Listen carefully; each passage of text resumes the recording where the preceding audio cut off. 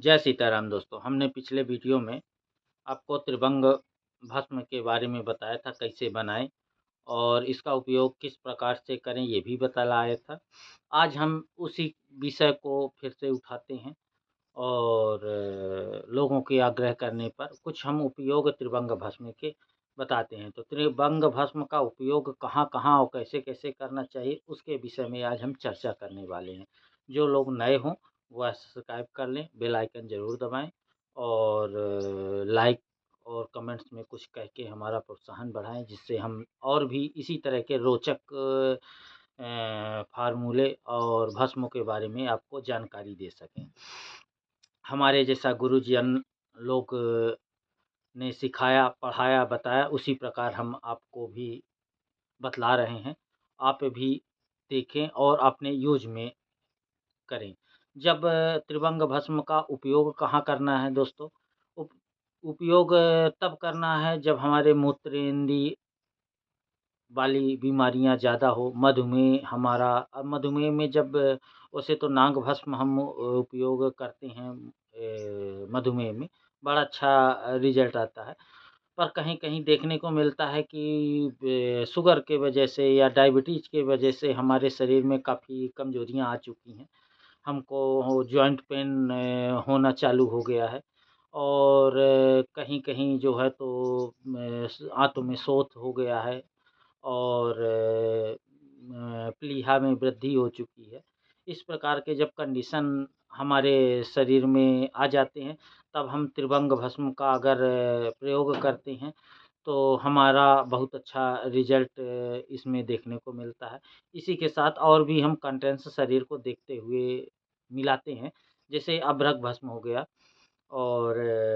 और भी प्रवाल पिष्टी हो गई, गिलोय सत्व हो गया, इसी प्रकार के बहुत सारे शरीर को देखते हुए कंटेंट्स मिलाते हैं। उसमें हम जब त्रिभंग भस्म का यूज़ करते हैं, तो ये सारी समस्याएँ ख़त्म हो जाती हैं। अब किसी किसी को किसी रोग के वजह से अगर हमारी मंदाग्नि हो गई है, हमारे पेट की अग्नि ठंडी हो गई है, तो उसको दीप्त करना है, तो ये बहुत अच्छा दीपन पाचन के रूप में काम करता है और इसको हम देके और जिसे वायु भर जाना, पेट में फूल रहा है, अफारा हो रहा है, इस प्रकार की कंडीशन में अगर हम इसको देते हैं, तो त्रिभंग भस्म को एक-एक रत्ती के मात्रा में शहद के साथ या अन्न-पान बदल सकते हैं, मलाई मिश्री के साथ दे सकते हैं, दूध के साथ दे सकते हैं, घी के साथ दे सकते हैं। इस प्रकार हम अन्न-पान बदल-बदल के इसका प्रयोग करना चाहिए। अगर हमको मांस में वृद्धि करनी है तो घी के साथ देंगे और अगर शुक्र में वृद्धि करती हैं या गर्माहट की वजह से हमको किसी भी प्रकार की शारीरिक शिथिलता आती और इसका विशेष तक प्रयोग आजकल के लड़का-लड़कियों में जो आधुनिक वातावरण में ढल चुके हैं और वीडियो, मोबाइल, अश्लील चित्र, अश्लील वातावरण में जो हमारे जो है तो बच्चे लोग जाते जा रहे हैं।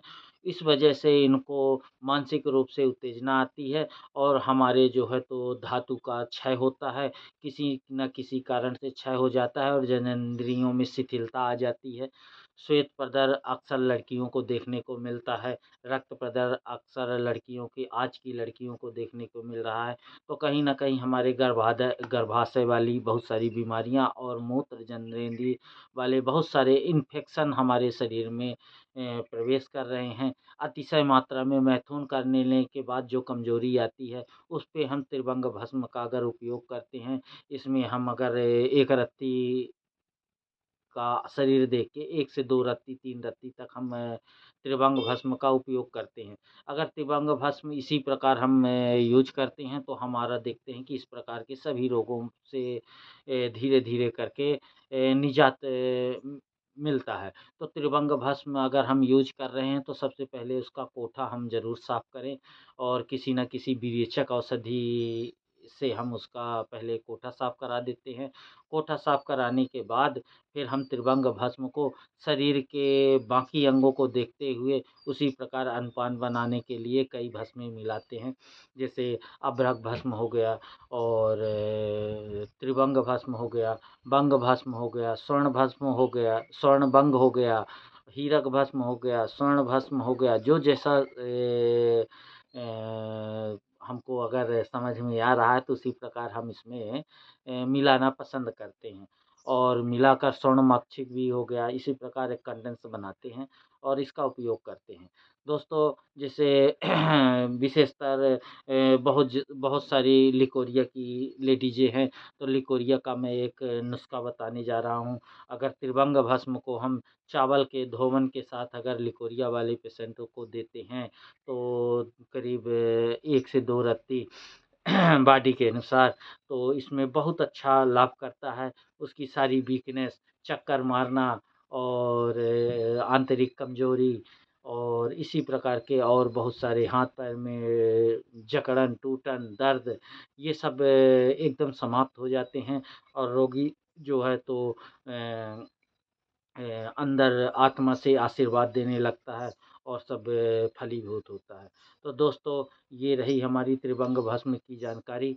अगले वीडियो में फिर मिलेंगे और फिर नई जानकारी देते हुए आप लोगों को अवगत कराएँगे। दोस्तों आज के लिए इतना ही। धन्यवाद।